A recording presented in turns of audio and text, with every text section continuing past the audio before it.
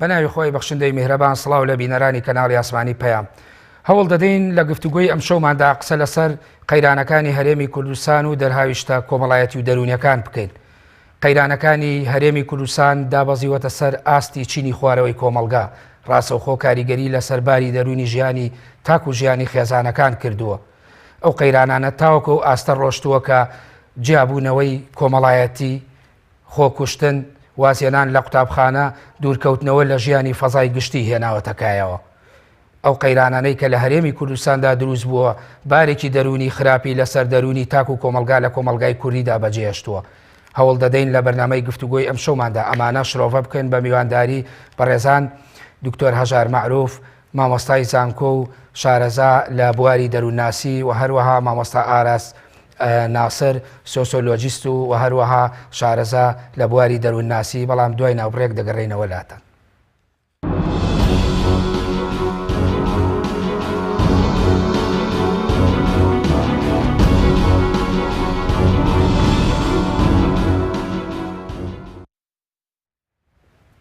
دووبارە سڵاو. مامۆستا بەخێر بێن بۆ ستودیۆی پەیام. ببوورە مامۆستا ئارامەزام جەناب و سایکۆلۆجیست نەک سۆسیۆلۆژیست، بەخێر بێن بۆ ستودیۆی پەیام. دکتۆر هەژار، ئەو پێشەکەی خوێندمەوە لەسەر باری دەرونی کۆمەلگای کوردی لەسەر ئاستی تاک و لەسەر ئاستی خێزان تا چەند پێشەشیشی واقعی بوو لە ژێر لە دوای ئەو قەیرانی کە لە هەرێمی کوردستاندا بۆ 3 ساڵ دەچێت دروست بووە یاخود دروست کراوە. بەڵێ سپاسان دەکەم بۆ داوەتکردن بۆ بەرنامەیە، ماندوو نەبن. بەڕاستی ڕێکخستنی ژیانی ئابووری کۆمەڵ مجتەماع ئەتوانم بڵێم گرنگترین و ئەرکی یەکەمی سیاسەتە بۆ حکومڕانیە. بۆچی؟ چونکە ژیانی مادی کۆمەڵ ئەوەی کە پەیوەندی بە پێویستەکانی ژیانی ڕۆژانەوە هەیە، خۆراک، نان، ئاو، شوێنی نیشتەجێبوون، ماڵ، ئاسایشی ناوخۆ، پەیوەندی کۆمەڵایەتەکان، ئەمانە هەموو لەسەر بناغەی ژیانی اقتصادی دروست دەبێ. یعنی ئەبێ مجتەماع، ئەبێ فەرمانڕەوایی، ئەبێ حکومەت بە هەردوو سێکتەرەکەی، ئەوەی کە سێکتەری کەرتی تایبەتی پێڵێن، ئەوەی کە سێکتەری حکومەتی پێڵێن، کارێکی وا بکە وای ڕێکخە ئەم دوو سێکتەرە کە ئینسان محتاج نەبێ و ئینسان بێئیش نەبێ و ئینسان بە ڕەنجی شانی خۆی وەکوتم ئایا لە کەرتی تایبەت هەبێ یا لە کەرتی حکومەت هەبێ بژی، وەکو چۆن لە کوردەواری خۆمانە ئەڵێ دەستی ماندوو بخاتە سەر سکی تێر. اینجا ئێستا لە هەرێمی کوردستان وەکو ئەزانین نزیکەی تقریبەن لە ساڵی 2014ەوە ئەم تووشی ئەم ئەزمەیە بووە، ئەم قەیرانە داراییە بووە کە بەڕاستی نەک هەر توێژەکانی خوارەوەی کۆمەڵی گرتوتەوە، بگرە ئێستا توێژی ناوەڕاستیشی گرتوتەوە، ئەوەی کە ئەو ساپیانە ئەو مامۆستاکان و فەرمانبەران و خانەنشینان و کاسبکاران و ئەوانە چینی ناوەڕاستن. ئێستا ئەوانەش یعنی بەرەو نەداری و بەرەو دەستکورتی ئەڕۆن و بێگومان ئەمە کارێکی زۆر ئەکاتە سەر ئینسانەکان. ئەمە زیاتر تۆ وەکو واقعی کۆمەلگای کوردستان قسەی لەسەرەکەی، ئایا ئەو تێزی و تیۆرانەی لە بواری دەروونناسیە ئیشیان کردووە لەسەر ئەوەی کە دەرونێکی ئارام و هێوری تاک چۆن یعنی ئەم دەروونە ئارام، ئایا ئەم تێزانەش پشتگیری ئەوەکەن؟ بەڵێ بێگومان وەکو وتم، یعنی ئەوەی کە پێڵن ژیانی ڕۆحی ئینسان، ژیانی دەرونی ئینسان لەسەر چی بینا ئەکرێت؟ لەسەر ژیانە مادیەکە. وەکو وتم یعنی ئینسانێک ئەگەر لە خێزانێک ئەگەر 5-6 کەس بن، هەر یەکەیان ژووری تایبەتی خۆی هەبێ یا دوانیان هیچ نەبێ، کوڕ و کچەکان مناڵەکان دوانیان ژووری تایبەتی خۆی هەبێ، بە شێوەیەکی ئارام لەو ماڵا ژیان بگوزارێن، هەر کەسە بەشی ئەوەی چۆنەڵی پارەی گیرفانی پێبێ کە ئەچێتە دەرێ، جلوبەرژێکی ناوەند ڕێکوپێشی هەبێ، ئەگەر کێشەیەکی تەندروستی هەبوو بتوانێ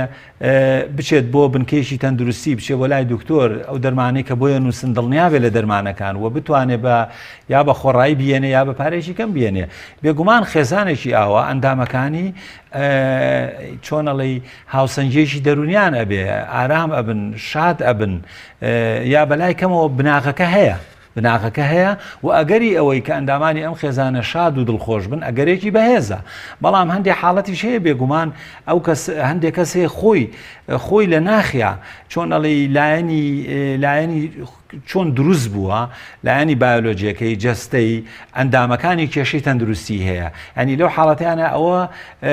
پەیوەندی ڕاستەوخۆی بەوە نییە کە بڵێ ئایا ئەمە نەدارە و پارەی هەیەیانێتی ئەوە نەخۆشە بەڵام لەم حاڵەتەشە هەر ژیانی اقتصادی مهمە چونکە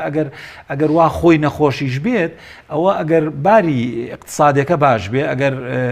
پارەی ئیمکانیاتی هەبێ شێوازی چارەسەرکردنەکەی شێوازێکی وا باشە بێت کە ئەو کەسە چۆن ئەڵەی هاوکێشەی دەرونی بۆ ئەجێڕێتەوە باشترە بێت. بەڵێ مامۆستا ئاراس دابینکردنی کەرەستە دەرونیەکان و دەستەبەرکردنی سەرچاوەکانی گوزەران و ژیان ینی دەستەبەری ئەوە دەکات بۆ تاک و بۆ کۆمەڵگا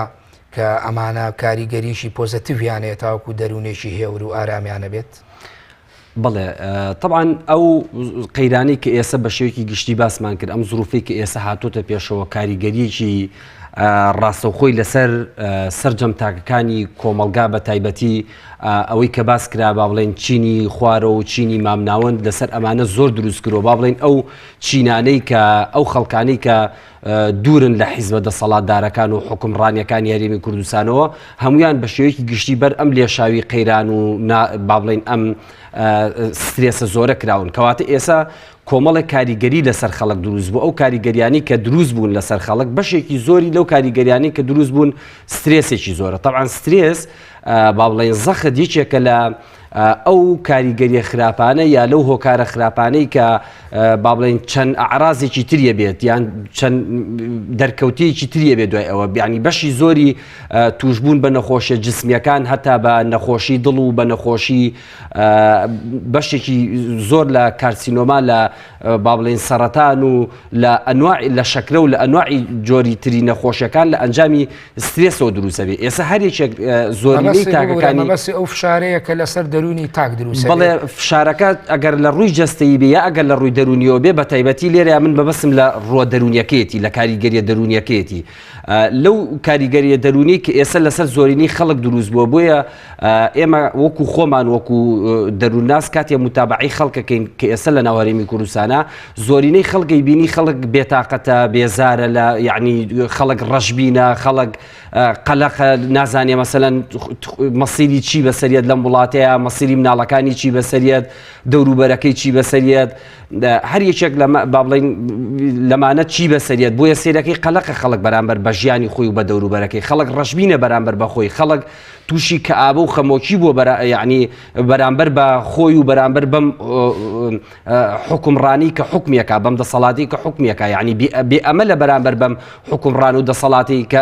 بەڵام تۆ ئاماژێکی ترسناکتری وە ئێستا خۆت ئەزانی ئەو نەخۆشیانی یا مزمینەکانی ئەو نەخۆشیانی کتوپڕ دەرەکەون و دوجارە بێتە هۆی مردن و لێسەنەوەی ژیان لە تاک کەواتە لەبارە دەرونیەکەەوە سەرچاوە ئێمە ئەکری ئەم نەخۆشیانە بەشێکی زۆری بۆ فشارە دەرونی تۆ هێمات بۆ کرد بگەڕێنینەوە بەڵێ بۆ ئەو کاریگەریە دەرونیانە ئەگەڕێتەوە ئێمە جۆرێک نەخۆشی ترمان هەیە ئەمڕا سایکۆسۆماتیە کە دکتۆر باشە زانی ئەو نەخۆشیانن کە عرازەکانی هۆکارەکانیان نەفسیە بەڵام لە جسما دەرەکەون مەسەلەن وەکو نەخۆشیەکانی مەعیدە و وەکو هەندێکی تر لەو نەخۆشیانی کە ئێستا من باسم کرد وەکو نەخۆشی جەڵدە و یعنی تۆرە ئێستا بڕۆسیر کە لە ناو خەڵکا ڕێژەی جەڵدە و ڕێژەی شەکرە و ڕێژەی سەرەتان و ئەم ڕێژانە هەمووی چەند بەرز بوونەتەوە زۆرینەی ئەمانە پەیوەندیان بەو کاریگەریە دەرونیانەوە هەیە کە لە لای خەڵک دروست بووە ئەم کاریگەریە دەرونیانەش چۆن دروست بوون ئەم کاریگەریە دەرونیانە هەر کاتێک بەپێی بەشێکی زۆری ئەو بیردۆزانی کە ئێمە هەمانە چ لە بیردۆزی ماسلۆ تەماشایکەین چ لە بیردۆزی هێرزبێرگەوە تەماشایکەین لە هەر یەکێک لە بیردۆزانەوە تەماشاکەین ئینسان سەرەتا وەکو کائینێکی بەشەری پێش هەموو شتێک پێشەوەی پێویستی بە دروشم و بە شتی تر هەبێ پێویستی بۆیە کە وەکو کائینێکی بەشەری وەکو ئینسانێک بژی وەکو ئینسانێک مەبەستمان لەوەیە کە حاجە ئەساسیەکان پێویستە ئەساسیەکان و فسیۆلۆژیەکانی بۆ دابین بکرێت پێویستە ئەساسی فسیۆلۆژیەکان وەکو نەوت و وەکو غاز و وەکو خواردن و وەکو ئاو وەکو کارەبا وەکو هەریچێک لەم جلوبەرگ و ئەمانی کە پێداویستی ماوەساکاتەمە پشتگیریەکی زانستی هەیە بەڵێ پشتگیری زانستی هەیە و من بۆت باسەکەم ئەڵێم ماسلۆ ئاڵێ و هێرسبێر گواڵگە من ئەگەر خۆم وەکو تاک ژیانی من لە خەتەرا بێت لە مردنا بێت یعنی تر من چ پێویستێکم بە دروشم هەیە لە هەریچێک لەو دروشمانەی کە بە ناوی نەتەوە و بە ناوی وڵات و بە ناوی مەسەلەن خۆشویستن و بە ناوی پارێزگاری و هەر جۆرە دروشمێک تۆ کاتێ دڵێکی ساغم لە جەستەیەکی دروستانە بێت بڵێ کاتێ من دەرونێکی تەندروست کاتێ من چ لایەنە جەستە یەکەم لە مەترسیا بێ چ لایەنی دەرونیشم لە مەترسیا بێ ئەگەر کاتێ من تووشی نەخۆشیێکی عقلی بووم وەکو شیزۆفرینیا وەکو هەر یەکێک لەو مەڕەزانەی تر کە تووشێ بم یان کە ئابەیەکی مزمن یان هەر یەکێک لەوانە تووشێ بم کەواتە دوای ئەوەی ئەو دروشمانی کێن ئەگەر من وەکو فەرد وەکو تاجێک تەماشا بکەی هیچ مانایەکیان نییە بۆ من و هیچ مانایەکیشان بۆ ئەو خەڵکانە نییە کە لە دەوروبەری منە هەن. بەڵێ دکتۆرە ژار بۆ بێ ئێمە یعنی کۆمەلگان لۆمەی دەسەڵات یا ئەمبار و دۆخە بکات لە کاتێکە ئێمە ئەگە بگەڕێنەوە بۆ ساڵانی نەوەتەکان خەڵک برسی بوو خەڵک نانی نەبوو بەڵام ئێستاڵێ بەس نییە نانەکە هەیە و برسی نیە یعنی بۆ ئەبێ ئەمە کاریگەریەکی دەرونی خراپ لەسەر ئاسی تاک و خێزان و کۆمەلگا دروست بکات لە کۆمەلگای کوردیە. خۆی کوردستان لە ڕاستیا و وڵاتێکی ئەفریقی کەمبارانی خاک بیابان و وشکە ساڵی وان نییە کە ئینسان تیا بمرێ لە برسا ینی هەرگیز ئینسان لە کوردستانە نامرێت لە برسا بەڵام خۆ ئێستا پێویستەکانی مرۆڤ وا زۆر بووە یعنی مرۆڤ هەر بە نان و ئاو و شیر و بەو شتە ئەساسیانی کە مامۆستا ئاراس باسی خۆر بەوە ناژی و یەکێ لەو شتانەی کە بەڕاستی کار لە کارێکی قوڵ لە دەرونی مرۆڤ ئەکاتەوە نایەکسانی قەهر نایەکسانی کۆمەڵایەتی زوڵمی کۆمەڵایەتی ئەمەیە ینی وەکوتم یعنی ئینسان ئێمە لەم وڵاتە وڵاتێکمان هەیە خاکەکەی بە پیتە ئاو هەیە بەشی خۆی خەڵکمان هەیە کە جوتیارە شارەزایە ئەژی یعنی قەت نامرین لە برسا قەت شتیوانە بەڵام خۆ ئەمە معنە هەیوانیە ئیتر تۆ بڵێ کەوابوو برسێتی نییە ئێستا یعنی سەلماوە ئێستا لە کوردستانە پتر لە ڕێژەی لە سا 16 برسێتی هەیە بەڵام برسێتیش پێوەری خۆی هەیە بۆ نمونە ئەگەر یەکێک نەتوانێت بۆ نمونە نەخۆشی درێژخایانی هەبێ بە قەرز و قۆڵە و بە هزار ئەملاولا بتوانێت نیوەی دەرمانەکان بکڕێ و نەخۆشەکە زەرەرکە هەبوو شتەکەی نەبێ بۆکو پێویست ئەو کەسە نەتوانێت بە دڵی خۆی جلوبەرگ بکڕێ ئەو کەسە نەتوانێت بە دڵی خۆی بچێتە دەرەوە بچێ بۆ لای خزم و کەسوکاری و بە دڵی خۆی بتوانێت هیچ نەبێت سواری پاس بێ لە گەڕەکەکان و بێتە ناو شار بگەڕێتەوە و بۆ کڕینی هەر شتێک دەجار بیری لێ بکاتەوە و نەتوانێت شتێکی تازە بۆ خۆی بکڕێ بچێت بۆ بازاڕی کۆنەفرۆشەکان ئیتر هەژاری چییە ینی نەداری چییە و کێشەی گەورەوە کوتم لەوایە ئێستا ئەگەر تۆ باسی ساڵی دوای ڕاپەڕینەوەوان و کردنەوەکان ئەو کاتە ئەتوانین بڵێن زۆربەی خەڵک بە شێوەیەکی گشتی ئەیناڵان لە ژێر نەداریە بە گشتی هەمومان خەڵک زۆربەی زۆری نەدار بوو کەم بوونەوانی کە دارابوون ئەو کاتە سامانی نەوتی کوردستان هێشتا نێنرا بۆ دەرێ نەفرۆشرا بوو ئەو کاتە گومرگەکان بەو شێوەیە نەبوو بەڵام ئێستا ئەوەی کە ئینسانی کورد لە ڕووی دەرونیەوە پشتی ئەشکێنێ وێرانی ئەکا ئەوەیە لەلایەکەوە چەند هەزار کەسێک خوێنی ئەم میلەتە ئەمژن هەرچی نەوت و سەروەت و سامانی ئەم میلەتە هەیە بردویانە بۆ خۆیان و زۆربەی هەرە زۆری کە ئێستا ئەگەر ئێمە حسابکەین 6 ملیۆن ئینسانی کورد هەیە ئەتوانی بڵێ 5 ملیۆن و 750,000 بە شێوەی جیاواز بە پلەی جیاواز ئەناڵێنێ لە ژێر دەستی نەداریە ئەمەیە ئەم جیاوازیە گەورەیە کە وەکو وتم ئەم نایەکسانیە ئێستا من نمونەیەتر بۆێنەوە ببوورە بۆ نمونە ئێستا ئێمە چەند هەزارێک دەرچووی پەیمانگە و زانکۆکانی کوردستانمان هەیە چەند سەد دکتۆرێکمان هەیە دکتۆری ددان دەرمانساز دکتۆری گشتی یەکەمی ئەوانەی کە یەکەم بوون لە زانکۆکانی کوردستان ئەتوانی بڵێ لە سا هی ئەم دەورانەی ئەخیر بە تایبەتی لە سا 95 دانامەزرێ هیچ ئیتر کرێکاریەکە ئیتر لە ماڵەوە دانیشتووە بێتاقەتە بیر لە ڕاکردن ئەکا بچێت بۆ خاریج بەڵام لە بەرامبەر ئەوە ببوورە کاگارم بەڵام لە بەرامبەر ئەوە مەسەلە سا پێنجەکەی ئەبینی لە ڕێگەی حیزبایەتیەوە لە ڕێگەی واستەوە لەم دەستگای حیزبی یان لەو دەستگای حیزبی دامەزرێنراوە من خەڵکم بینیوە یەکەمی دەورەی خۆی بووە لە کۆلیجی پزیشکی ددان. ئێستا ئەوە 2 ساڵە تەعین نەبووە بەڵام بۆی باسکردم فلان لە فلان دەستگای حیزبی بێگومان دەستگای حیزبەکان عادەتەن یەکێتی و پارتیە چونکە دەسەڵات لای ئەوانە دامەزراوە ئەم نایەکسانیەیە کە ئینسان بەڵام دکتۆر ئاراس ئاماژەیەکو ئەم وەکو سایکۆلۆژیستێک یعنی ئاماژەیەکی ترسناکی یا باس دەوەکە کە تەواوی ئەو نەخۆشیانە زۆربەی و نەخۆشە درێژخانەوە ئەو نەخۆشە کوتوڕانە کە ئێستا یەخەی کۆمەڵگای کردووە و یاعی ڕۆژانە ئێمە خۆمان ئەیان بینین و ئەو خەڵکەی لە پڕ جەڵتە لێ و ئەمرێ کۆتایی بە ژیانی دێ هەوو ئەمانە لە ناجێگیری بارە دەرونیەکە سەرچاوی گرتووە ئێوە ڕۆژانە کە ئەو نەخۆشانەی دێتە لاتان هەست بەم جۆرە ئەکەن ئەم تێز و تیۆرانەی ئەم تیۆریستانەی بواری دەروناسی باسییان لێکڕۆ هەمووی ئەسەلمێ و پراکتیزە بێ لە واقعی کۆمەڵگای کوری لای تاک بێگومان یەینە سەر یعنی بەچی ئەگات یعنی ئێستا ئینسانی کورباری دەرونی چۆنە ئەتوانین یعنی پۆلیێنیکەن بیژمێرین یەک لە دوایەک بۆ نمونە یعنی ئینسانێکە لەم وەسعا بژی یعنی کە خەمی ئەوەی هەبێ چۆن شیر بۆ مناڵەکەی بکڕێ جلوبەرگ بۆ مناڵەکەی بکڕێ کەرەسەی مەکتەب بۆ مناڵەکەی بکڕێ و حاضر نەبێ لە ژیرفانیا و بیر لەوە بکاتەوە قەرزکە تەکلیف لەم بکە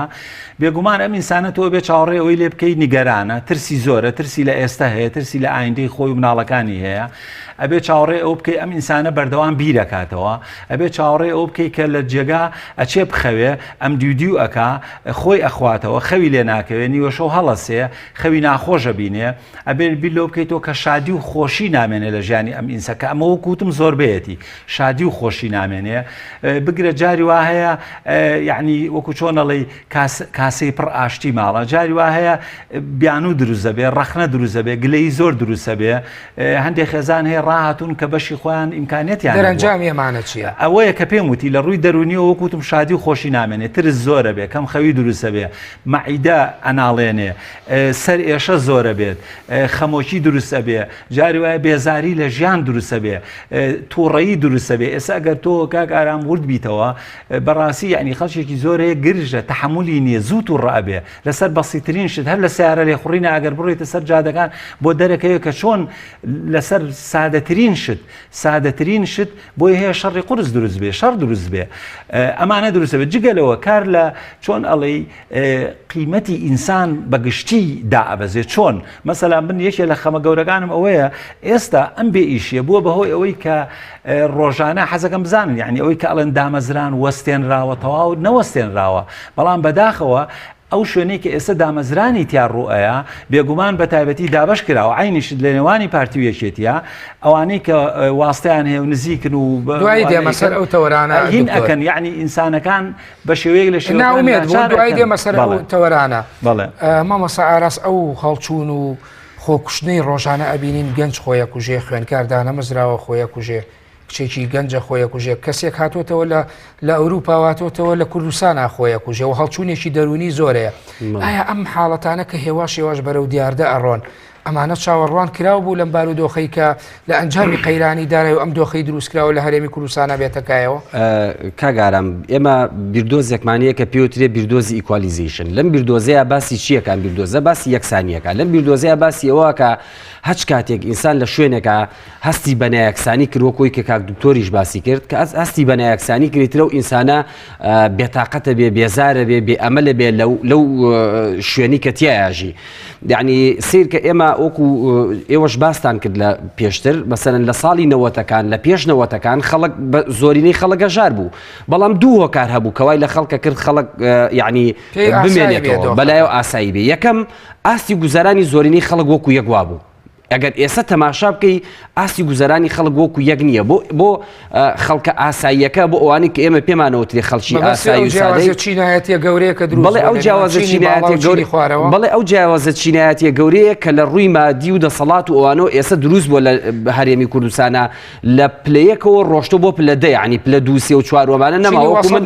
نەماوە شتێک نەماوە دەرەجە یەک و دووسێ وەکو من جارێک گوێم لێ بوو بەرپرسێکی باڵای ئەم کوردستانە ئەی و ئیتر هاوڵاتی پلە و پلە دوو نابێ ببێنێ لە ناو عێراقا بەڵام ئێستا هاوڵاتی پلەیەک و پلە دە دروست بووە مەسەرەن ئەوانەی کە لە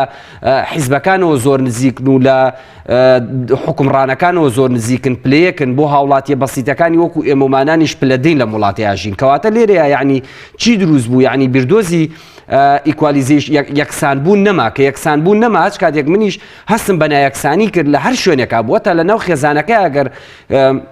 مناڵەکە هەستی کرد باوکەکە فەزی مناڵێکی تر بەسەر مناڵێکی ترایە و مناڵیان هەست بە بێزاریەکە کەواتە حکومەتیش بە هەمان شێوە ئەوەی کە پێوترێ حکومەت ئێمە هەمومان هەموو مرۆڤێک کە لەم کوردستانیاژی ئێمە ئەم حکومەتەی هەمومانە هی حیزبێک و لایەنێک و گروپێک و خێزانێک و بنەماڵێک نییە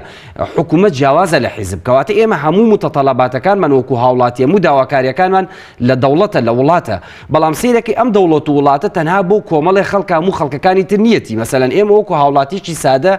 نەوتمان نییە کارەبامان نییە ئاومان نییە نانمان نییە هیچ شتێکمان نییە بەڵام ئەوانەی کە لە دەسەڵاتن و لە بەرپرسە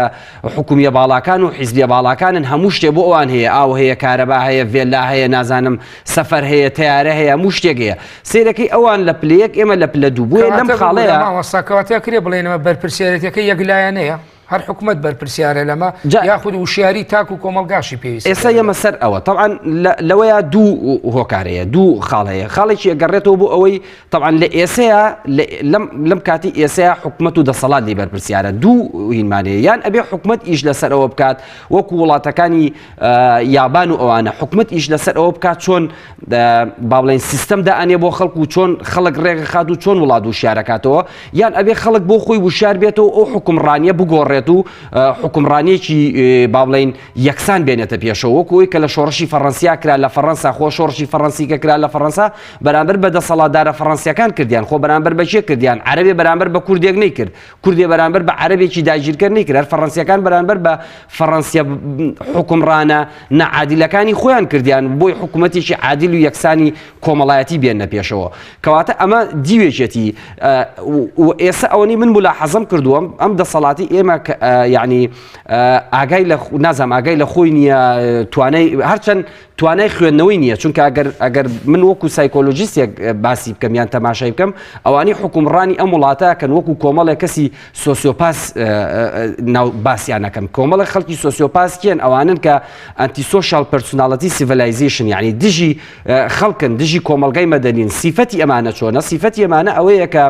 چێژە بینین لە ئازاردانی خەڵک بۆ خۆیان خۆشەژین بۆ خۆیان هەچیشیان پێ بکری ئەیکەن حەزەکەن دەسەڵاتیان بەسەر خەڵکە هەبێ حەزەکەن خەڵک ئازار بچێژێ حەزەکەن خەڵک لە ژێر دەسەڵاتیان هەبێ بەرنامەکەمان بڵێن زۆر بە سیاسی نەکەین بەڵام خۆ ئاڕاستێکی تریشەیە هەمیشە قسە لەسەرەوە کاڵەیە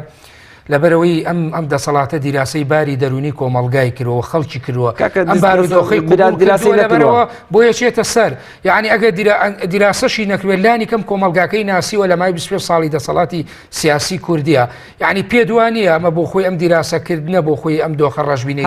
هەرچەند تۆ وەکوتیشی حەز ناکەم چێتە زۆر باری سیاسی بەڵام ئالێرە تەحلیلێکی ئەمەش بۆکەم من جاچمەوە سەر خاڵەکانی تر تا عینێکی بۆکەم طبعا شتێکێ لای ئێمە پێوترێت سایکۆلۆژێتی حەشت سایکۆلۆژێتی حەشت لەوەیە کە کاتێک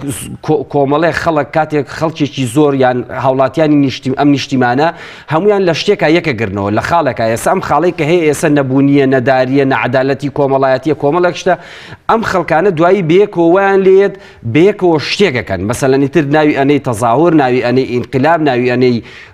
کاکە خەڵک کە بێزارە بێ خۆی کوشێ یعنی خەڵک کە بێزارە بێ خۆی کوشێ ئێستا چۆن پەلاماری خەڵکێکی تر نایە خەڵکێکی تر ناڕوخێنەیە خەڵکێکی دەرناکە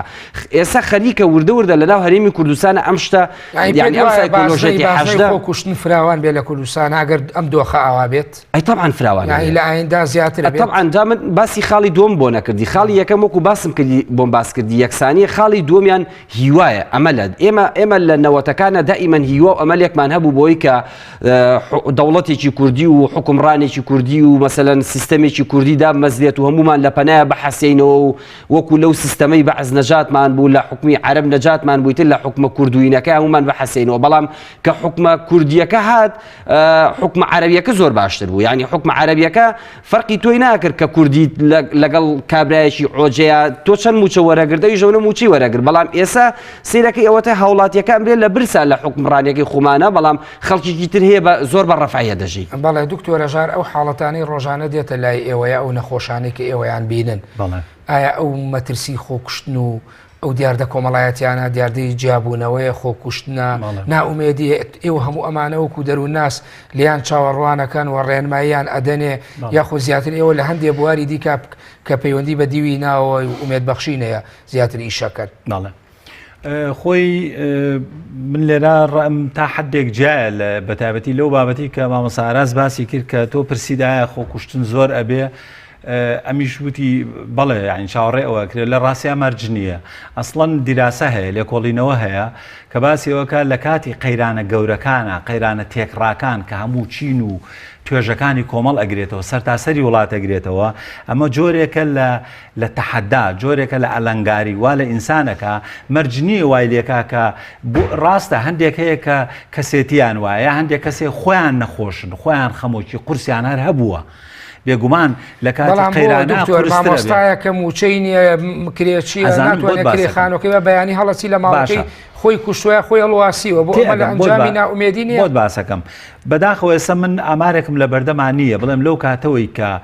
2 ساڵ و نیوە چەنە کە ئەم قەیرانە داراییە هەیە ئایا چەند کەس لە کوردستانە بەهۆی دەرونیەوە خۆیان کوشتووە بەگشتی چەند کەس خۆی کوشتووە من ئەو ئێسی نەمنێ بەس من دڵنیاتانەکەمەوە بەڵام ڕۆژانە میدیاکان بڵاویەکەن ڕۆژنامەکانی نووسن حەزەکەم زانی یەکێ لەو ڕەخنانەی کە من لە میدیاکانی کوردی ئەیگرم میدیاکانی کوردی بەگشتی زۆربەی هەرە زۆریان پیشەیی نین پیشەیی نین چونکە تۆ بێ بزانی چه هەواڵێک بڵاوەکەیتەوە چه هەواڵێ پیشانەی چه چیرۆکێک پیشانی بینەرانەیە بەداخەوە میدیای کوردی یعنی بەشێکی زۆری ئەتوانی کراوە بە دوو بەشەوە میدیای سەر بە حیزب ئێستا تۆ بڕۆ میدیاکانی پارتی بکەرەوە ئەڵێ ئێرە بەهشتی سەرزەمینە یعنی بەگشتی هەموو شتی باش و یعنی وای دەرەخاکە ئیتر ئێرە نییە زۆر خۆش و زۆر شاد و هیچ کەسێ چەساوە نییە هیچ کەسێ بە شێوەی نایەکسانی بەرامبەر ناکرێت زوڵمی لێ ناکرێت ئەو جیاوازیە گەورەیە نییە کە لەلایەکەوە هەزاران ملیۆنێر هەبێ و لەلایەکیشەوە 5 ملیۆن و نیو هەژار و نەدار هەبێ و ترسێوە هەبێ کە برسی بن ئەوە هی دەسەڵات بەتابەتی هی پارتی ئاوا پیشانیە واقعەکە بەداخەوە ئەوانەی کە لە دەسەڵاتانین بەو شێوەیە یعنی تا حدێکی زۆر هەرچی دیاردەیە کە ئینسان ناومێدەکە کە ئینسان بێزارەکە کە ئینسان وزەی پێناهێڵێ پیشانی ئێن بەڵام زۆر شتی تر هەیە ماوەسا تۆ باسیەوەت کوتی داتایەک لە بەردەستانیە بەڵام ئەو ڕێژەی یعنی ئەو دیاردە خراپە کۆمەڵاتیانی ببوورە ماوەسا من پرسیارەکەم دوازی تۆش وەڵامەکەم بەرەوە یعنی ئەو دیاردانەی کە دروست بووە لە خۆکوشتن لە دیاردەی تری جیابوونەوە ناومێدی هەموو ئەمانە دوجار دەریخە ئەو کەسە کە بە دووادا چوونەکرێت لەسەری تووشی جۆرێ لە ناومێدی ئەزانم بەڵام جاری وهەیە ئینسان ناومێدی ترسی ئەوەی مناڵەکانی برسی بێت ترسی ئەوەی بێ ئیش بێت ترسی ئەوەی معاشەکەی نەدرێتێ ئەو وزە و توانا و هێزە شاراوەیی کە لە دڵ و دەروون و جەستە و مێشیا هەیە لەوە پێش پێویست نەبووە ئازاد بێ بەڵام ئێستا ئازاد ئەبێ لەبەر ئەوە ئێستا من وەکو شتێکی ئەوە بۆ باسەکەم کە چۆن ئینسان هەمیشە بەرەو یعنی دیفاع لە ژیانەکە ئەوێ خۆش بژی ئەوێ کێشەکانی حلکە لەبەرەوە ئەیبینی ئێستا ئینسانی ئێمە هەیە لە جیاتی ئیشێ دوو ئیشەکە بۆ نمونە کارمەندە ئۆکەی بە دوو مانگجارێ معاش وەرەگرێ بەڵام عەسران تاکسی هەیە ئەتەوێ بڵێ چی ینی ئەمە دوجار دەرەنجامی چی ئەمانە ڕۆیاگەری ئەم بارودۆخە نەبێ بەشێکی ئەزانی چۆنە وەکو دکتۆرێکە خەڵک دێتە لای من وتم بێگومان ئەم بارودۆخە کارێکی سەخت ئەکاتە سەر دەرونی مرۆڤ وتم تووڕێی ئەکا غەمباری ئەکا شادی ناهێڵێ بەڵام نابێ ئینسانی کورد کە ئێستا گوێی لە ئێمەیە بڵێ تەواو مادام ئەم وەزعەوایە کەوابووی تر منیش هەر بەرەو غەمباری و بێتاقەتی و خۆکوشتن و ناومێدی ئەڕۆم نەوانێ بۆ نمونە نمونە نەکرد دروستکایمەوە بەڕێی من ئێستا ئێمە زۆر شتی جوان و چاک ئەبینین ناحەیە خێرخوازی ئێستا ئێمە خەستەخانەی هیوامان هەیە بەڕاستی خەستەخانەی هیوا بەشێکی زۆری بە خێرخوازی خەڵک ئەڕوا بەڕێوە دەیان دەست پێشخەری باشمان هەیە کە ئینسانەکانمان لە نێوانی یەکتریە دراوسەکان خزمەکان بگرن نەناسەکان هاوڕێی یەکتری پشتگیری یەکتری ئەەکەن قەرز بە یەکتری ئەن یارمەتی ئەمەیان لەبەر ئەوە بەڕێی من ئەبێت هەوڵ بدرێ بێگومانە بێ هەوڵ بدرێ قەیرانی دارایی چارەسەر کرێ و بێگومان قەیرانی دارایی زیانێکی زۆری پێگەیانین بەڵام ئۆتۆماتیک وان نییە کە بڵێ لەبەرەوەی قەیرانی دارایی هەیە کەوابوو منی تاک شەلەلم هیچم پێ ناکرێت لە ماڵەوە دانیشم بەردەوام خەفەت بخۆم لە کەناڵێکەوە بۆ کەناڵێک کە سێریکەم ڕوم نەیە بچمە دەرێ هەوڵ نێم ئیشکەم ئەمە هەڵەیە ئەمە ئەنجامگیریەکی هەڵەیە ئینسانی کورد نابێ وابیر بکاتەوە و وەکوتم بە پێچەوانەوە شتێک هەیە یعنی بەڕاستی شتێک هەیەڵێ پێستی ڕەش و سپی لە بوارە دەرەکە ئێستا کاتی تەنگانەیە لەبەرەوە ئێستا ئێمە ئینسانەکانمان بۆ تاقیە بێتەوە بزانین کێ ئینسانە کێ مرۆڤ دۆستە کێ ڕەحمی هەیە کێ عەتفی هەیە کێ ئەنانی و خۆپەرستە بەڵێ مامەستا ئاراس ئەمانە ئەبنە پاساوی ئەوەی کە ئێمە ئەم بارودۆخی هاتوۆتەکایەوە یعنی بین لە بەرامبەرە تاگ و هاوڵاتی و ئەوەی کە وەکو بەرپرسیار ئەو کە باسی کرد ئەو نمونەیە کە باسی بوارەکەی کرد کە قولی ڕەش و سپی لە بوارە دەرەکەی ئەوەی پەندە کوردەکە یعنی ئێمە ئەکرێ ئەمە بپێوین بەوەی کە لە بەرامبەرە کە ئەم بارودۆخە خوڵقێنراوە دیسان بەرپرسیاتیەکەش بخەینە ئەستۆی تاک بۆی ئەم بارودۆخەوە ئەو دیاردانەی کە ڕوێنە ناو کۆمەلگای کوردیا کاکەجان ئەزین چۆنە طبعا ئەمە دوو شتی جیاوازن ئێمە بەشێکی ئەوەی کە پەیوەندی بە عەدالەتی کۆمەڵایەتی و پەیوەندی بە مەسەلەن سیستەمی حکومڕانی و پەیوەندی بە حکومڕانیکردنەوە هەیە ئێمە وەکو ئەم بابە قسەی لەسەرەکەین نەجینا وەکو ئەو بابەی کە پەیوەندی بە هاوڵاتی و هەبێ هاوڵاتی لەم وڵاتەیە بەشخوراوە مافخوراوە زوڵم لێکراوە بەڵام هاوڵاتی یعنی بەرپرسیارەتی لەسەرشانە ئەو بەرپرسیارەتی کە لە سەرشانێتی ئەو ڕسپۆنسبلیتانی کە هەیەی طبعا ئێمە بە دەرەجەی یەک ئێمە وەکو سایکۆلۆژیست ئیز لەسەرەوە کە ئینسان چۆن باوەڕی بەخۆی بێت چۆن ئیش بکە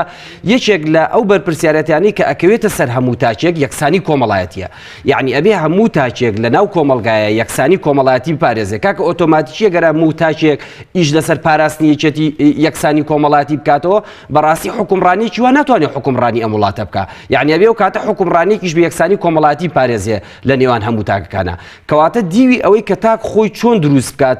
تاک چۆن باوەڕی بەخۆی بێت تاک چۆن ئەو بەرپرسیارەتی لە سەرشانێتی بیکە من بۆ چوونم وایە بەشێکی زۆری تاکی هەرێمی کوردستان ئەوەی لە سەرشانی بۆ تا ئێستا کردوێتی یعنی کەم تەرخەمی نەکردووە لەمانەیە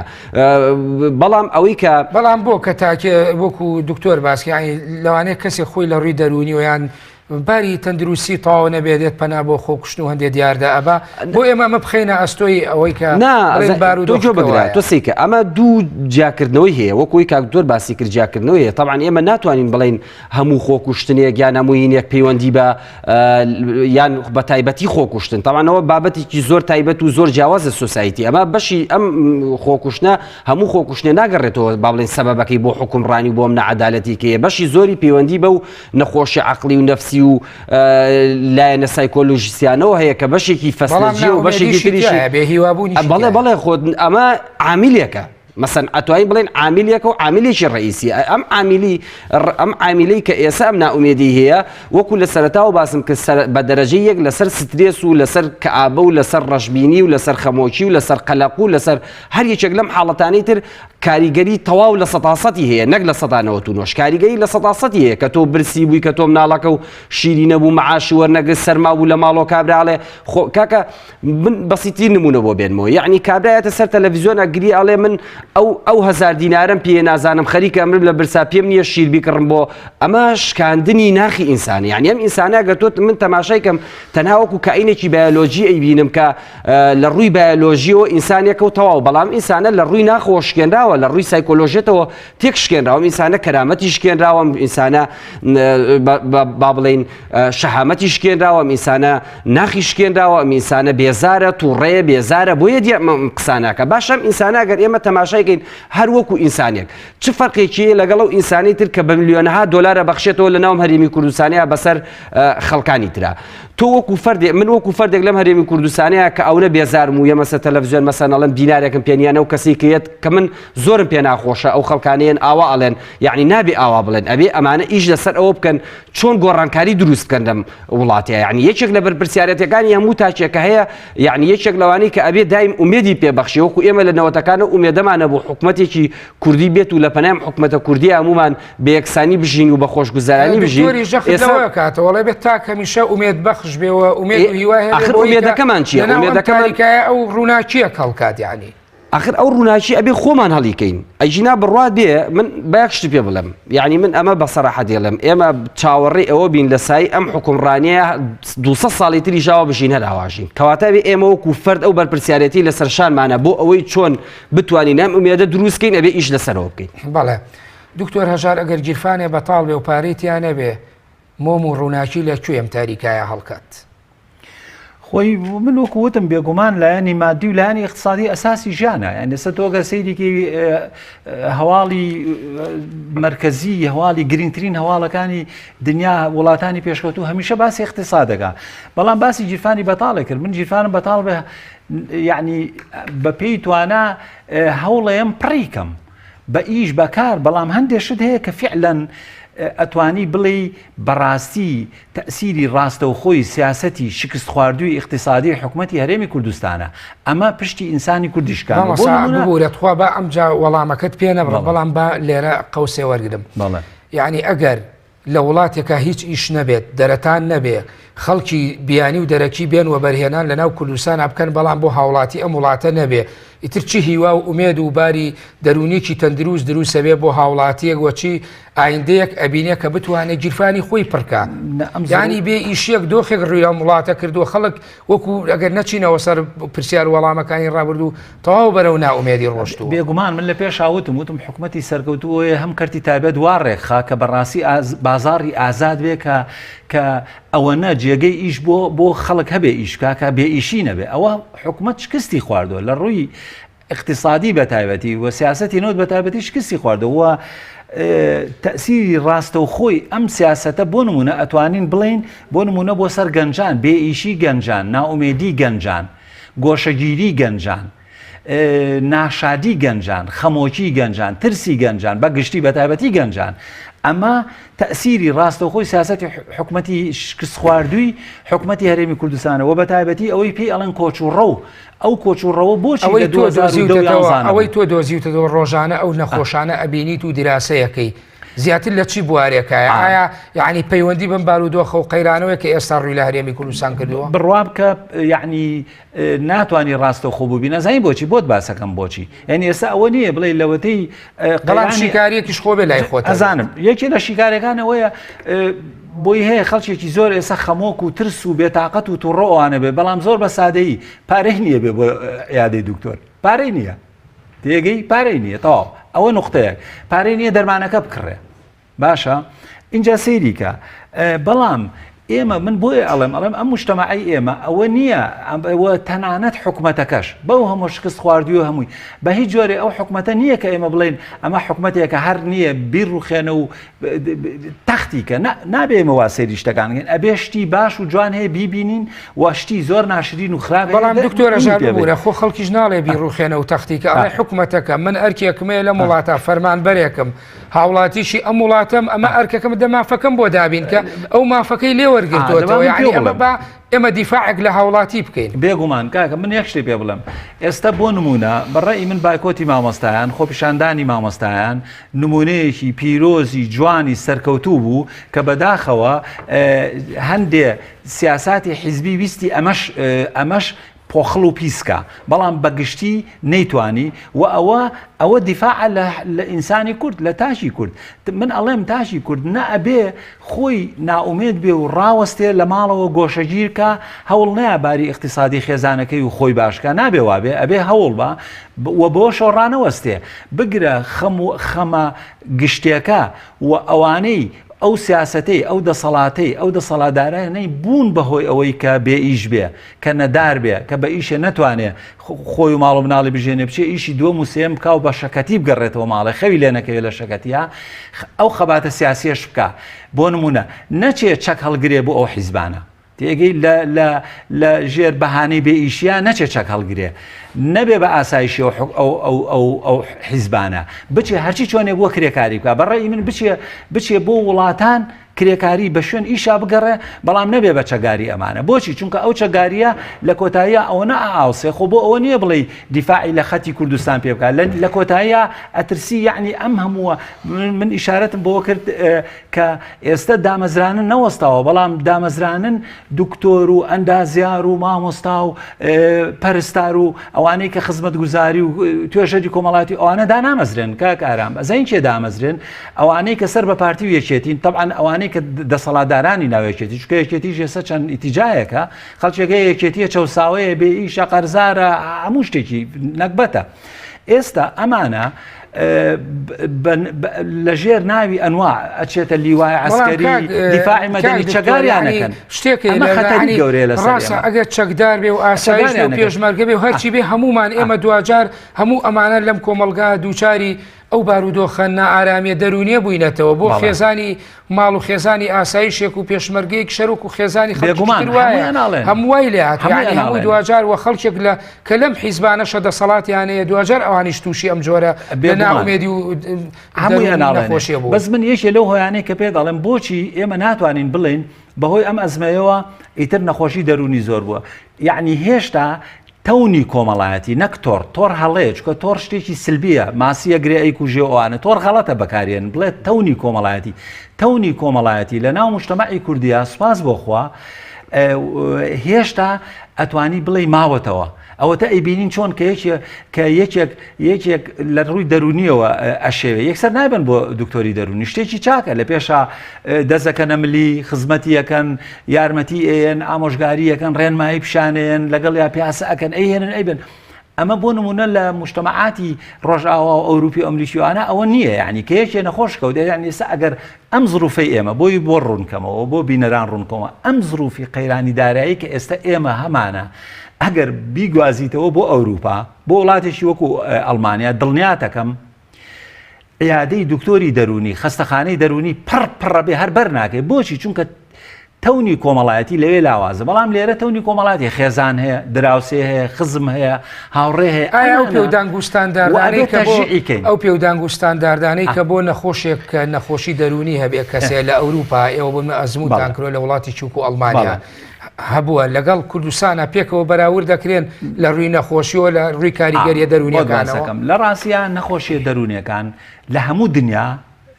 لە یەکتری ئەچن یعنی ئێستا تۆیەکێ نەخۆشی خەمۆکی هەبێت یعنی ئەمەش حاڵەتێکی طبیعیە کە ئێستا لە کوردستانە بینێ هەموو لە کوردستان و لە ئەوروپا و لە ئەمریکا و لە هەموو دنیا نەخۆشیە دەرونیەکان هەمووی هەیە میلەتان هەمووی خەڵکەکانی بۆیان هەیە تووشی هەموو جۆرەکان بن و هەمووشی ئەتوانی بڵێ نیشانەکانی وەکو یەکە بەڵام وەکوتم جیاوازەکەی یەکێ لە جیاوازێک گرنگەکان ئەوەیە کە وەکوتم پشگیری کۆمەڵایەتی لێرە هەیە بەهێزە و ئەم زروفە چاولێ ئەو نقطەیە کە باسێکم ئەم قەیرانی داراییە هەندێ بەهای کۆمەڵایەتی هەندێک خو نەریتی جوانی مجتەمەعەکەمانی زیینو کردوێتەوە بۆچی چونکە خەڵک پێویستی بە یەکتریە خەڵک ئەچێ بۆ لای یەکتری تا حدێک ئامشۆ و من هانی ئینسانی کوردەیەم ئەڵێم خۆت مەدە بەدەستەوە تەسلیم مەبە لە هەر سێ بوارەکە ئیشکە یەکەم هەوڵ بە ئیش بدۆزەرەوە خەبات بکە کە مەمنونی دەستی کەس نەبی دووەم ئەگەر هەر زۆر محتاج بووی شەرم مەکە بڕۆ قەرزەکەی بڕۆی داوای یارمەتی یەکەی ئەوە لەوە باشترە لە گۆشەیەکە دانیشی خۆتوشی نەخۆشی کە یابیر لۆ بکەیت و خۆشتێکی لەگەی جگەلەوە خەباتی سیاسیشکە خەباتی سیاسی مەدەنیانە ئاشتی خوازانە من لەگەڵ ئەوام ئینسانی کورد ئەمڕۆ لە هەموو کاتێ زیاتر پێویستی بەوەیە بە شێوەیەکی مەدەنیانە ئاشتی خوازانە بچێتە سەر جادەکان و یەک بگرین هەمومان بەیەکەوە زەخت بکەین لەسەر ئەم دەسەڵاتە گەندەڵە جاهیلە خێڵەکیە خراپە کە بیگۆڕین بە شێوەیەکی مەدەنیانە بە شێوەیەکی ئاشتی خوازانە. بەڵێ مامۆستا ئاراس دکتۆر هەژار داواکە لە کۆمەلگا لە خەڵک لە تاک ئەڵێ دەروونتان هێورکەنەوە لەو پشێویە دەروونێکی ئارامتان با هەبێ و ئومێدتان هەبێ و ئایندە باشە یعنی گەشتبینە بەم بارودۆخەی کە ئێمە ئێستاتیایە ئاژین ئەڵێ هێشتا بە بەراو لەگەڵ کۆمەلگای ئەوروپا لەبەرەوەی کۆمەڵە نەریت و قیەمی خێزانی و کۆمەڵایەتی هەیە ئەمانە کۆمەڵی عامیلی بنچینەیی باشن بۆ ئەوەی کە ئێمە بتوانین کۆمەلگایەکی دەروون ئارامان هەبێت تا چەند ئەوەی کاک دکتۆر باسی کرد ئەوەی کاک دکتۆر باسی کرد شتێکی زۆر جوانی باس کرد هەموو ئەوانی باس کرد کە پەیوەندی بە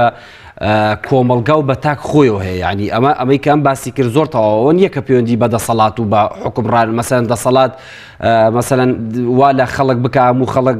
نەفسێتێکی ئارامی هەبێ مثلا عەدالەت پارێزە لە نێوان خەڵکا موچەی باش بە خەڵک بە ئەوەی کە پێوترێ مۆتیڤیشن و ئینتیتیڤ با بڵێن لە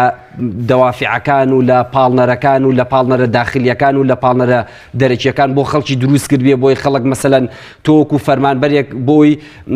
دەروونی ئارامیە و بە باشی بتوانانی ئیشەکانی بکەیت پێویستی بە کۆمەڵە دافع هەیە یەکێک لەو دافعانە با بڵێن ناوەکیەکانن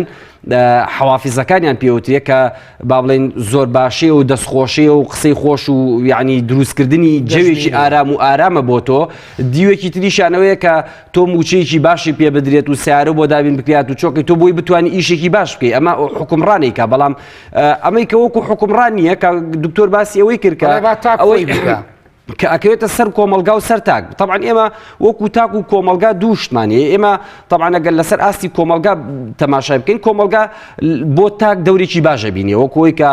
کاکتۆر باسی کرد پەیوەندی کۆمەڵایەتی نێوان خەڵک تا ئێسش باشە و عورف و عادەتەکان لە نێوان خەڵکا باشن و خەڵک سەردانی یەکەکە و دڵخۆشی یەکەکەن و هاوکاری یەکەکەن و من یەم بۆ ماڵ توی بۆ ماڵی من نەوتم نیە لە ماڵەوە دەبێ نەوتم بۆێنی لەگەڵ خۆت و مەسەن ئەمانە ئەو پەیوەندی کۆمەڵایەتی باشانن کە ئەتوانن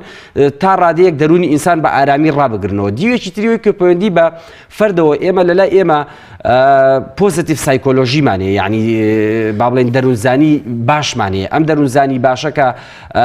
یەکێک لە بیرتۆزەکانی کارڤەر و یەکێک لە بیردۆزەکانی مارتن سلیگمانە باس دەوەکە کە ئینسان ئەی خۆی وەکو فەر دەتوانێت چۆن نەفسێتێکی ئارام و دەروون بۆ خۆی دروست یعنی دەروون ئارام بۆ خۆی دروست بکە ئارامی بۆ خۆی دروست بکە ئەوەی کاکەوێتە سەر فەرد بۆ خۆی دەرونی ئارام بۆ خۆی دروست بکە ئەوەیە کە ئەم ئینسانە چۆن ئەتوانێت ڕازگۆ بێ لەگەڵ خۆی ڕازگۆ بێ لەگەڵ دەوروبەرەکانی ئەو هۆکارانەی کە بوون بە مەش پەیوەندی بە وشیاری تاکەوە خۆی هەیە ئەی طبعاً پەیوەندی بە وشیاری تاکەوە وشیارە لە تاکەوە سەرچاوەیە خودە بێ سیاسەتی وڵاتەکە وشیارێ بەخشێت کاکە لە ئێستا من بڕوام وایە تاک خۆشی ناتوانانی ئەم وشیاریە دەرونی کاکە ئێستا بۆ نمونە باسی پۆزیتیڤ سایکۆلۆژیەکەن یعنی من سایکۆلۆژیستێکم لە دەرەوە ماستەرم تەواو کردووە فێری ئەمە بووم یعنی ئێستا فەردێکی داماوی ئەم مجتەمەع چۆن بزانێت ئەمە فێر بێ ئەگەر تۆ لە ڕێگەی حکومەتەوە بەرنامەیەکی نەبێ بۆ ئەوی دەرونێکی ئارام بۆ خەڵک دروستکەیت و مەسەلەن خەڵک وشیارکەیتەوە بۆ نمونە ئێمە سنتەری کۆمەڵایەتی و دەرونیمان هەبێت لە زۆربەی شوێنەکان لە زۆربەی مەراکیزەکان و ئەمانە با بڵێن ڕاگەیاندەکان لە ژیاتیوی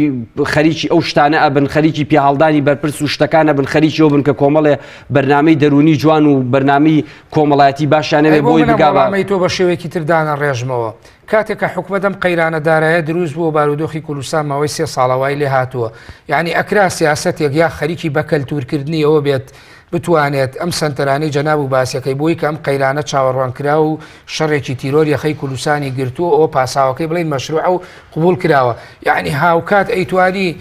کەش و زەمینەیە بڕەخسێنێ بارێکی دەرونی ئارام بۆ تاک و هاوڵاتی لە کوردستانە بەرجەستە بێت ئەزانی چی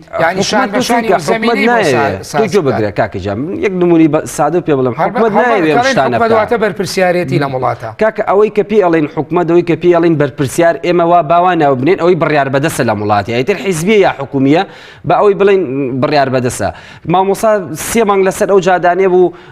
ئەو خەباتە مەدەنیە جوانەینەیان کرد 50,000 نازام چەند هەزار مامۆسا کە ئەبوایە جوانترین نمونەیان پێشکەش کرد حکومەت ئامادە نەبوو 5 دقیقە هەر داوای لێبوردنیان لێ بکا بڵێ ئێمە زروفێکی وامانەیە کاتان لێەکەین بەس لەم کاتەیە یعنی ئەوە نەیبووتایە داواتان لێەکەین لەم کاتەوە دەوامی خۆتان بکەن ئێمە زروفەکەمان و یعنی ئامادە نەبوو ئەم 5 دقیقە قسەکردن 5 دقیقە لێدوان یەک لێدوانی وا بدەن کە دەرونی 50,000 مامۆسا و نازام 200,000 500,000 چەنەکە تەلەبە و خوێندکار و ئەمانە وەچەنەها خێزان کە لەینن بەم لێدوانە ئارام کاتەوە یعنی ئەوان تەنانەت ئەوەشیان نەکرد ئێستا لەکوێ دائنیشێ سنتەرێ دروست بکات بکۆڵێتەوە خەڵک مەشاکیلەکانی چییە و با گرنگجی ئەسەن ئەوەی کە لەم وڵاتەیە تەواو فەرامۆش کراوە گوێی پێ نادرێ یعنی ئینسانە وەکو کائینە کۆمەڵایەتی و دەرونیەکە یعنی ئینسان وەکو کائینی کۆمەڵایەتی و دەرونی تەواوی هیمال کراوە بەڵێ دکتۆرە ژارپێچە من ماوەی بەرنامەکەم بەرەو کۆتایی بڕۆ یعنی ئەمەوێ وەکو دوا پرسیار لە بەڕێز ئەوە پرسم ینی ئایا ئەوەی کە ئێستا لە نێوان هاوڵاتی و وشیاری تاک و هەروەها دەسەڵاتی سیاسیە هەیە لە هەرێمی کوردستانە ئایا ئەکرێ بۆ ئایندەوە ئێستش کاتماوە قسەی لەسەر بکرێت تەوفیقی دروست بکرێت لەسەرەوەی کە بار و کەشێکی دەرونی ئاسایی بۆ هاوڵاتی و تاک دروست بکە تاکو لە سایی کۆمەلگایەکی و لە سایی دەروونە ئارامەکانە کۆمەلگایەکی ئارام و هێورمان ئەبێ سیستمی حکم بگۆڕێ ئەبێ حکومت بگۆڕدرێ ئەبێ گۆڕینی یعنی بنەڕی بە چیە کرێ میکانیزمی گۆڕان من حیزبەکان یعنی هەموو لە هەموو وڵاتانی دنیا حیزبەکان کە دەورە بینن هیچ ڕێگەیەکی ترنی ئەبێ حیزبەکان ینی بەڕاستی بە تایبەتی یعنی ئێستا ئەوەی کە بۆمان دەرکەوتووە یعنی بەرپرسی یەکەم لە یعنی لە کێشەکانی حکومەتی هەرێمی کوردستان پەخستنی پەرلەمان و ناردنەوەی وەزیرەکانی گۆڕان و ئەم سیاسەتی نەوتی سەرنەکەوتووی نەوت کە بەشی هەرە زۆری ئەتوانین بڵێن لەسەر شانی پارتیە ئەمە دەورێکە بنێ و بەڕای من ئەوەی ینی سەری کێشەکان پارتیە بەڵام چارەسەر نەکردنی کێشەکان یەکێتیە چونکە یەکێتی خۆی یەکلای ناکاتەوە ئێستا ئەگەر یەکێتی بۆ نمونە خۆی یەکلاکاتەوە بێگومان پارتی ناچارە ملبا دکتۆر بەڵام واز زەمانە بێنین تۆ دکتۆرێکی ڕۆژانە نەخۆشە بینی و ئێستا لەم شاشەوە لەوانەیە هەزاران یا سەدان هاوڵاتی سەیری ئێمەکە پێم خۆشک و دوا دەرفەت بدەمێ هەرچەند وتم دوا پرسیارە ڕێنمایی چییە بۆ هاوڵاتی بۆ ئەوەی دەرونێکی ئارامی هەبێت و چیتر دووچاری ئەو نەخۆشیە ترسناکانە نەبین هەروکو مامۆستا ئاراز لە سەرەتای بەرنامەکەەوە کۆمەڵی ئاماژەی ترسناکیە لەسەر دروستبوونی ئەو نەخۆشیانە کەم دۆخێ ناوێتەکە یەکەم ئیشی بەڕای من ئەوەیە جارە نەبێ بە مەقاش و چەکوشی ئەو دەسەڵاتە و ئەو دەسەڵاتدارانەی کە برسیان کرد کە بێ ئیشیان کرد کە ئەو زوڵمەی لەکەن نەبێ بە چەکوشی بە هیچ جۆرە سوێنی خۆپشاندان دروست بوو لە ملی بن دەریکەن دارێنەیە لە خۆپشاندەرێکی ئاشتی خواست ئەوە گرنگتریشتە و نەبێ بە چەگاری ئەوە و ئەگەر بە هەر بوش بە چەگار بە هیچ جۆرە لولەی تفەنگەکەی نەکاتە میلەتی بۆ خۆی دواتر بۆ خۆی وەکوتم تەسلیم نەبێ ئومێدی هەبێ ورەی خۆی بەرز کاتەوە بڵێ ئەمە قەیرانێکە تێ ئەپەڕێ و هەوڵ با ئیش بکە ئیش بدۆزێتەوە و لەو دەرگایانە داخراوانە باکە تا ئێستا لێ نەدراوە و تەنانەت ئەگەر هەر پێویستی جگەلەوە مەجای تر هەیە ئیشی بۆ ناکرێ فێربوونی میهنەی تر ئیشی تر شتی زیاتر پشگیریکردنی کۆمەڵایەتی یەکتری بۆ نمونە هەندێشت هەیە حکومەت چەند ساڵم بێ و خراپێ ناتوانێت لێمان بسەنێتەوە ناتوانێت تۆ ئەگەر خۆت بەڕەحم بی ناتوانێت بێڕەحمەکە بڕۆ ئەوەی لە دەسیە لە ڕەحم لە بەزەیی لە چاکە لە جوامێری بیکە لەگەڵ دەوروبەرەکەی خۆتا لەگەڵ دەوروبەرەکەی خۆتا بیکە و وەکوتم خەباتی سیاسی ئەبێ بکەی ئەبێ بزانی چێ ئەوەی کە برسی کردووی کە بێ ئیشی کردی ئەگەر لە ناویای وەرە دەرێ ئەگەر لە دەرەوەی خەباتی مەدەنیاتی ئاشتی خوازانەی بەردەوام بکە بەردەوام بەڕێی من ئەم حکومەتی هەرێمی کوردستان ئارامە بێتەوە بەڵێ بێگومان ئەم حکومەتی هەرێمی کوردستانە بەڕێی من بای 30 ساڵی تر خەباتی مەدەنی بۆ جێهێشتووی بەڵێ سوپاس بەردەوام ئەبێ خەباتکەین مامۆستا ئاراس دوا دەرفەتیش بۆ بەڕێز ئەگەر ڕێنماییە کۆکو سایکۆلۆژیستێک ئەگەر ڕێنمایەکە خودت قسەیەکتە بێ کە زۆر ڕەخنەی قوڵت گرت لە مەسلەی ئەم بارودۆخی کە هاتوۆتەکایە و دەرونی نەئارامی بۆ تاکووڵات من دایم ئەو ئینەم هەیە بەرامبەر بە هەموو تاکێک تاک ئەبێ زۆر بەهێز بێ یعنی ئینسان وەکو ئینسان ئەبێ زۆر بەهێز بێ نابێ بڕوخێت نابێت هەرگیز مل بۆ هیچ کەسێک دابیا بۆ هیچ کەسێک ڕوخانیان چی بکات خۆی ئەمە بەس ئەویان کە وەکو سیاسەتە و ڕوخێنن وەکو حکومڕانی زوڵمە لیەکەوەجاتە بیناکرێت طبعا نەبێت جارێکی تر بینا بکرێتەوە بەڵام تۆ وەکو خۆت وەکو ئینسان ئەتوانی بەردەوام کۆمەڵێک شت هەیە لەو ئینسانە هەبێ ئەویش کە باوەڕ بەخۆبوونە با بڵێن پشت بەخۆ بەستنە لە خۆ ڕازیبوونە و باوەڕبوونە بە توانە و ئیمکانیەتەکانی خۆی و ئەمانە کۆمەڵێک سیفەتن کە ئەبێ وە پۆزتیڤ بیرکردنەوەی بەرامبەر بە خود و بەرامبەر بە دەوروبەرەکەی مەبەستم لە کەسانی دەوروبەرەتی کە ئەمانە هۆکاری ئەگەر بێت و هەموو تاچێکاوە بیر بکاتەوە بەڕاستی تر دەسەڵات و حکومڕانوانەشی قەرار بەدەستن ناتوان بە ئارەزوی خۆیان پێی خۆیان و خاصی خۆیانی لێ ڕاکێشن. بەڵێ دکتۆر داوای ئافەت کرد بەس بە کورتی زۆر بە کورتی بەڕێی من ئێسامە فرسەتێکە بۆ ئینسانی کورد کە لە ناحەی بڕێک لە ناحەی مادیژەوە گرنگی پێنەیە گرنگی بە ناحەی معنەوی بە ناحەی عاتیفی بە گرنگی بە قوڵایەکان بە نەکەرەوە لاسایکردنەوە نەکا لاسایکردنەوەی مادی مۆبایلە بێ مۆبایلی کە بکڕێ یعنی گرنگی بەلایەنە ڕۆحیەکان زۆرتر بە وەکوتم دراوسێتی عاتیفی و لایەنی ڕۆشنبیری لایەنی هوەری ئینسان زۆر شت هەیە بە خۆڕایی ئەکرێ وەرزش تۆ بڕۆی بۆ شاخی گۆیژە ئەوانە پارە ناوێ هەندێک هوەر هەیە بێ گرنگی بەوانە ماوەکەم تا بۆ زۆر سپاس بۆ دکتۆر هەژار معروف مامۆستای زانکۆ و شارەزا لە بواری دەروون ناسی مامۆستا ئاراس ناسر ماستەر لە بواری سایکۆلۆژی سوپاس بۆ ئامادەبوونتان لە ستۆدیۆی بەرنامەی گفتوگوی ئەم شەومان. بەڵێ بینەرانی بەڕێز و خۆشەویست بەم شێوەیەتمە کۆتایی گفتوگوی ئەم شەو تا گفتوگویەکی دیکە بەخوای گەورە و میهرەبانتان دەسپێرم. خواتان لەگەڵ کاتێکی خۆش بۆ هەموو لایەک.